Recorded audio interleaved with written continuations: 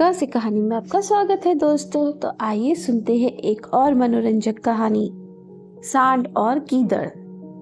एक किसान के पास एक बिगड़ैल सांड था। उसने कई पशु सींग मारकर घायल कर दिए। आखिर तंग आकर किसान ने सांड को जंगल की ओर खदेड़ दिया। सांड जिस जंगल में पहुंचा वहां खूब हरी हरी घास उगी थी। आजाद होने के बाद सांड के पास दो ही काम रह गए, खूब खाना, हुंकारना तथा पेड़ों के तनों में सींग फंसाकर जोर लगाना। सांड पहले से भी अधिक मोटा हो गया। सारे शरीर में ऐसी मांसपेशियां उभरी जैसे चमड़ी से बाहर छलक ही पड़ेगी। पीठ पर कंधों के ऊपर की गांठ बढ़ती बढ़ती धोबी के कपड़े के गट्ठर जितनी बड़ी हो गई थी।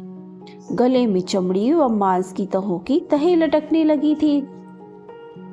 उसी वन में गीदड़ व गीदड़ी का जोड़ा रहता था, जो बड़े जानवरों द्वारा छोड़े शिकार को खाकर गुजारा चलाते थे। स्वयं वह केवल जंगली चूहों आदि का ही शिकार कर पाते थे। संयोग से एक दिन वह मतवाला सांड झूमता हुआ उधर ही आ निकला जिधर गीदड़ गीदड़ी रहते थे। गीदड़ ने उस सांड को देखा तो उसकी आंखें फटी की फटी रह गई। उसने आवाज देकर गीदड़ को बाहर बुलाया और बोली, देखो तो इसकी मांसपेशियां, इसका मांस खाने में कितना स्वादिष्ट होगा। आहा हा हा हा हा, भगवान ने हमें क्या स्वादिष्ट तोहफा भेजा है। गीदड़ ने गीदड़ी को समझाया, सपने देखना छोड़ो, उसका मांस कितना ही चर्बीला और स्वादिष्ट हो, हमें क्या लेना। गीदड़ी भड़क उठी, तुम तो भोंदू हो, देखते नहीं उसकी पीठ पर जो चर्बी की गांठ है वह किसी भी समय गिर जाएगी।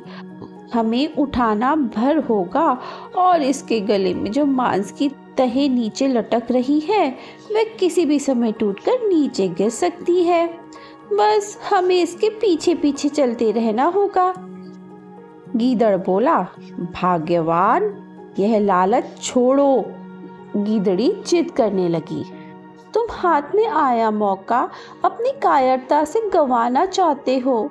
तुम्हें मेरे साथ चलना होगा, मैं अकेली कितना खा पाऊंगी। गीदड़ी की हट के सामने गीदड़ की कुछ भी न चली। दोनों ने सांड के पीछे पीछे चलना शुरू कर दिया।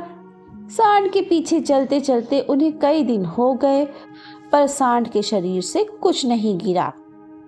गीदड़ ने बार बार गीदड़ी को समझाने की कोशिश की, गीदड़ी घर चलते हैं और एक दो चूहे मारकर पेट की आग बुझाते हैं। गीदड़ी की अकल पर तो पर्दा पड़ गया था।